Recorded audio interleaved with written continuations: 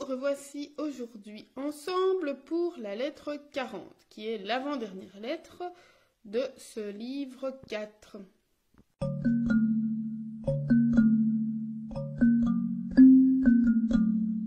Heureusement d'ailleurs, j'ai déjà commandé le prochain tome avec le chapitre 5. Commandé et reçu. Donc ça, on est rassuré, on va pouvoir continuer les lettres. Alors ici, Sénèque nous dit qu'il est content de recevoir les lettres de Lucilius. Il l'a déjà dit, mais il le répète. Car pour lui, c'est vraiment la façon d'avoir des marques, des traces, donc c'est vestigia en latin, de la personne qui est absente. Il dit les portraits, évidemment à l'époque il n'avait pas les photos, mais ils avaient quand même des portraits. Les images, donc imagines, peuvent être une consolation, donc quand on les regarde, on repense à la personne, mais ce n'est qu'une image vide. Et lui, grâce aux lettres, en fait, il retrouve une trace de la personne, il imagine la main qui écrit, et donc c'est vraiment une trace de la personne, effectivement, puisqu'on a la lettre en main. Alors, ça m'a fait penser quand j'étais plus jeune, je devais avoir à partir de 16 ans, je pense, j'avais rencontré un ami en colonie de vacances. Alors, on n'était pas du tout de la même région, donc on se voyait très très peu. Et à l'époque, on n'avait pas internet, le téléphone, c'était compliqué. Donc, on s'écrivait beaucoup. Et on passait beaucoup de temps à s'écrire, on a correspondu pendant 5 ans, je dirais. Et on s'écrivait des lettres très très longues. On prenait parfois beaucoup de temps pour répondre parce que je me souviens à l'école, pendant les cours, en train d'écrire et de faire des lettres parfois d'une dizaine de pages. Et donc à l'époque, on philosophait déjà pas mal sur les choses qui nous arrivaient, sur plein de thèmes qui étaient déjà assez poussés. Déjà, un peu déjà sur le sens de la vie. Et voilà. Pour moi, c'était une période assez importante. Et puis, on a perdu le contact, mais voilà.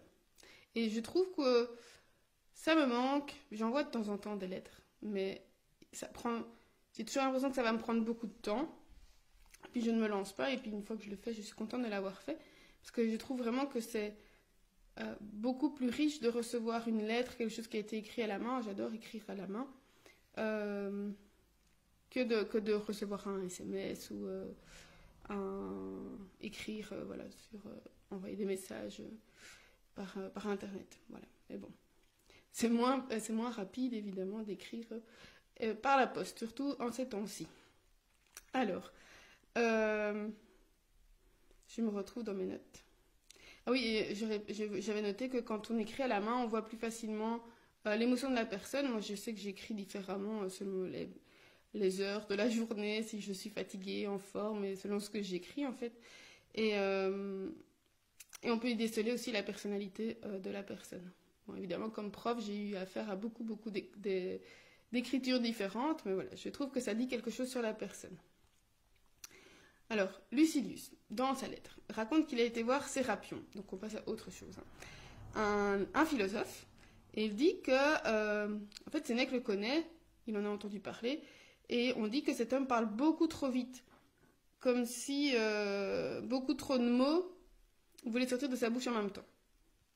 Alors pour Sénèque, c'est un défaut parce que la parole d'un homme philosophe doit être posée, réglée, composita, à l'image de sa vie. Et donc si ça va trop vite, c'est que dans sa vie, dans sa tête, c'est pas modéré. Il dit ce qui est précipité ne peut pas être ordonné. Homère donne déjà l'exemple d'un jeune homme dont les paroles tombaient sans discontinuer comme la neige en hiver. Je trouve ça très joli. Et alors que pour le vieillard, les paroles, elles coulent comme du miel.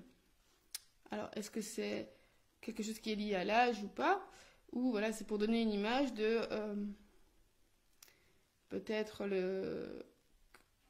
que l'âge ou l'expérience ou l'avancée dans la philosophie nous aidera à arranger les mots. Alors, il dit que pour quelqu'un qui instruit quelqu'un d'autre, il ne faut parler ni trop vite ni trop lentement. Donc voilà, trouver le juste milieu. Et on ne doit pas devoir tendre l'oreille, mais on ne doit pas non plus en avoir plein les oreilles. Donc il faut que ce soit entre les deux. Et évidemment, si c'est trop lent, on s'ennuie. Et si c'est trop rapide, ben, on risque de ne pas tout saisir. Il dit que les préceptes ne peuvent pas être transmis s'ils fuient. Donc s'ils passent en courant, ben voilà, on ne peut pas les attraper et les retenir. Donc là, il dit la parole qui travaille pour la vérité doit être posée et simple. Donc ici, c'est vraiment simplex, donc voilà, ça ne doit pas être alambiqué. Moi, c'est ce que je pense aussi, c'est que la philosophie, quand on commence à... voilà, ça ne doit pas être non plus un langage vulgaire, on va dire, mais ça doit quand même être compréhensible. Peut-être pas à la première lecture, mais après plusieurs lectures, oui, sinon c'est complètement hermétique et les gens vont passer leur chemin. Alors, il dit pour guérir les âmes, il faut que les remèdes y séjournent. Et comme un médecin soigne un malade, il ne va pas le soigner en passant, il est obligé de s'arrêter et de donner le remède adéquat. Voilà, si les idées passent en fusant comme ça, impossible de les retenir et donc qu'elles soient efficaces. Alors pour pouvoir, donc il dit, la philosophie, elle va m'aider à adoucir ce qui me terrifie, calmer ce qui m'irrite, réprimer la mollesse, chasser les préjugés, secouer l'avarice, et pour ça il ne faut pas de discours précipité. Et il donnait l'exemple quand on court dans une pente, donc quand on court rapidement dans une pente en descendant, bah, il va être difficile de s'arrêter là où on veut. On va être entraîné dans notre course. Et il dit en philosophie, c'est la même chose. On ne doit pas se projeter des paroles en avant parce qu'on risque de dire des choses qui vont dépasser notre pensée, mais on doit avancer pas à pas. On peut hausser la voix, parce qu'il parle de l'éloquence, mais il dit, voilà, il y a des grands effets, les gens qui parlent très fort pour impressionner. Il dit, ça, ce n'est pas à conseiller, mais on peut hausser la voix à condition de ne pas compromettre sa dignité morale. On peut avoir une grande force, oui, mais tempérée. Donc il compare, on peut avoir un flot d'eau, unda, un flot d'eau qui coule, mais pas un torrent. D'accord, donc c'est, oui, quelque chose qui est efficace et qui a de l'énergie, mais pas qu'on ne peut pas diriger. Voilà. Et donc, il dit que même l'orateur, parce qu'ici, il fait la différence évidemment entre le philosophe et l'orateur qui va parler devant une foule, doit veiller à rester compréhensible, même s'il s'emporte. Donc, ça peut être un effet pour captiver son auditoire, on va hausser la voix, mais il faut que ce soit contrôlé. Alors, il dit privilégie la qualité des mots à la quantité. Alors, il donne des exemples de deux orateurs. Donc, par exemple, Vicinius qui lui traînait, donc il allait vraiment très lentement, et certains lui reprochaient de ne pas pouvoir joindre 3 mots. Et il donne le contraire à Thérius qui lui parlait comme un cheval au galop, sans jamais hésiter ni s'arrêter. D'ailleurs, il dit semel inkipi ebat, semel desin ebat, donc en même temps il commençait, en même temps il terminait. Donc c'était d'une traite. Ça c'est évidemment à éviter le plus possible. Il dit il vaut mieux traîner pour vraiment que ça tombe dans l'oreille plutôt que d'aller trop vite, s'il faut choisir entre les deux. Alors il dit en plus cela dépend des nations. Il dit qu'en Grèce, bon là on peut se le permettre parce qu'apparemment le grec est une langue moins puissante et on peut lui passer ces défauts-là. Et en latin, c'est plutôt une habitude de poser les mots. Et donc là, il donne l'exemple de Cicéron, qui est pour lui le maître de l'éloquence. Il allait justement au pas. Il parlait lentement. Et donc il dit le langage romain doit s'apprécier. Et donc il donne l'exemple de Fabianus, il en a déjà parlé, qui est d'abord un homme remarquable par sa vie, par sa connaissance, et puis aussi par son éloquence. Il parlait avec aisance, donc c'était agréable de l'écouter, mais il dit que ce n'est pas ça, donc ce n'est pas l'éloquence qui est la qualité première chez un philosophe.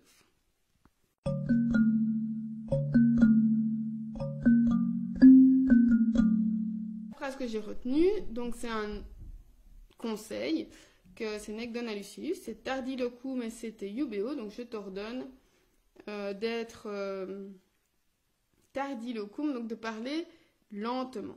Donc il dit tu dois vraiment faire attention à ta façon de parler, mais aussi aux mots que tu utilises. Voilà, il y a à la fois la façon, mais aussi la qualité de ce qu'on va dire. On peut facilement regretter des mots qu'on ne peut pas rattraper. Une fois que les mots ont été dits, eh bien c'est trop tard, on ne peut pas les ramasser et les rattraper. Donc la démarche de l'homme sage doit être modeste, et de même son discours. Donc on doit, c'est de nouveau l'idée d'être cohérent entre ce qu'on a dans la tête et ce qu'on va dire à l'extérieur. Donc c'est rigolo parce qu'en préparant, je me dis, quand tu vas parler du fait de bien parler, essaye de bien parler. Mais voilà, je me rends compte qu'en fait, en faisant les vidéos, j'ai quand même pas mal de tics de langage. Voilà, enfin bref, bientôt. Il y a des choses que je répète tout le temps. Et si j'ai le temps de me préparer avant la vidéo et de me dire ne dis pas ça aujourd'hui, en général ça fonctionne, mais voilà. Parfois, on n'a pas. Quand c'est un rythme quotidien comme ça, on n'a pas le temps toujours de se préparer comme on voudrait. Donc voilà, hein, quelque chose à travailler. Et le fait de faire des vidéos m'aide à réaliser que j'ai ces tics de langage. Je le savais déjà comme prof parce qu'il y a des défauts professionnels du genre de toujours faire des conclusions en disant donc, voilà, enfin, pour m'assurer que les élèves ont bien compris. Et alors ça me faisait aussi penser parce que l'éloquence par exemple c'est quelque chose, je dis par exemple l'éloquence c'est vraiment quelque chose que j'étudie avec mes élèves parce que bon, mes deux auteurs préférés ce sont Sénèque et Cicéron et donc j'évoque la puissance de l'éloquence à la fois à Rome mais aussi à l'heure actuelle, la puissance et donc parfois les dangers, hein, Cicéron il dit vraiment que l'éloquence doit être mise au service du bien de la cité de Rome, voilà, et que on peut facilement, donc si on a cette faculté de bien pouvoir parler, on peut facilement manipuler les gens, ça on le sait très bien, et au contraire, donc être conscient de ça, hein, qu'on peut être manipulé par des effets d'éloquence de la rhétorique, mais aussi pouvoir donc nous l'utiliser correctement. Je prépare souvent les élèves pour leur présentation de travail de fin d'année et je leur dis que la présentation est vraiment quelque chose à préparer minutieusement parce que vous avez beau avoir plein d'idées, que votre travail écrit soit parfait, hyper documenté, tout ça, si vous n'arrivez pas à bien le présenter devant le jury, ben, voilà, vous risquez de passer à côté. Et l'inverse est vrai, j'ai déjà vu des élèves dont l'écrit n'était pas terrible, voilà, par manque de précision, manque de recherche. Et finalement, ils s'en sortaient assez bien à l'oral parce qu'ils avaient cette aisance naturelle. Voilà, donc ça c'est quelque chose qu'on a ou qu'on n'a pas, mais on peut évidemment le travailler, je pense. Donc voilà, qu'est-ce qu'on peut retenir pour aujourd'hui? Peut-être réfléchir à notre façon de parler. Est-ce que la façon dont on parle correspond à notre état d'esprit ou est-ce que notre façon de parler évolue? Est-ce qu'on est plutôt de tendance à parler très très vite ou à parler très très lentement? Voilà, moi j'ai tendance à parler très très vite, je le sais. On se retrouve demain pour la lettre 41 qui sera la dernière du livre 4. D'ici là où elle était, portez-vous bien.